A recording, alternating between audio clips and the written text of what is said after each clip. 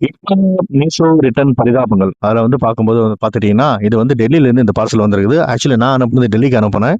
But ஆனா அங்கருந்து எனக்கு திரும்பி வந்தது என்னமோ என் பொருள் கிடையாது. இது கஸ்டமரோட தப்பு கிடையாது. அவங்க நியாயமா ஏதோ ஆசைப்பட்டு ஆர்டர் போட்டிருக்காங்க. பட் கேன்சல் பண்ணிட்டாங்க. இது குடுக்கல லாரி ஆபீஸ்ல. அதாவது குறிப்பிட்ட லாரி ஆபீஸ் அவங்களோட கார்கோ, ஹெட் ஆபீஸ் அங்க இருக்கும். அங்க ரிட்டர்ன் வந்த பார்சல் வந்து அங்க வேலை செய்ற ஒரு ஊழியர் சிறப்பாக செயல்பட்டு, எந்த பக்கமும் சந்தேகமே வராத மாரி, எங்கடா கிழிச்சதுன்னு தெரியாத மாரி, அழகா செல்லோ டேப் இந்த இடத்துல வந்து பார்த்தீங்கன்னா ஒட்டியிருப்பாங்க. அத கிழிச்சு என்னோட பீஸ எடுத்துட்டு, நான் அனுப்புனது nighty with dupatta 3/4 hand nighty with dupatta அனுப்புனேன். அவர் அத அட்டைய போட்டுட்டு, அவரு யூஸ் பண்ணி அவருக்கு பிடிக்காம பழசு ஏன்னா டெல்லியில வேற இப்ப குளிர் அதிகமா இருக்கிறதுனால, அந்த ஸ்வெட்டர போட்டு எனக்கு திருப்பி அனுப்பியிருக்காப்புல. இப்ப ரீசனா வந்து இந்த 1 மாசமா வந்து ரிட்டர்ன் ஆப்ஷன் கிடையாது மீஷோல. அதனால டிக்கெட்டும் என்னால ரைஸ் பண்ண முடியல. ஆக மொத்தம்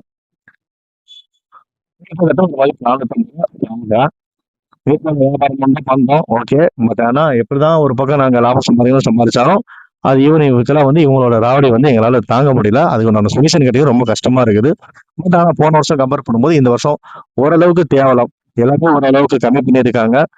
அந்த ஆப்ஷன்ஸ்லாம் ஓரளவுக்கு பெட்டராவே இருக்குது. அதனால மீஷோல பண்றவங்க இன்னும் கொஞ்சம் ப்ராப்பரா பார்த்து பண்ணுங்க. ரெக்கார்டிங்லாம் கரெக்ட்டா எடுத்து வச்சுக்கோங்க. நான் டிக்கெட் ரைஸ் பண்ணியிருக்கிறேன். மறுபடியும் அவங்க ஆப்ஷன் குடுத்தாங்க அப்படின்னா, மறுபடியும் நான் ஃபர்ஸ்ட்டு போவேன்.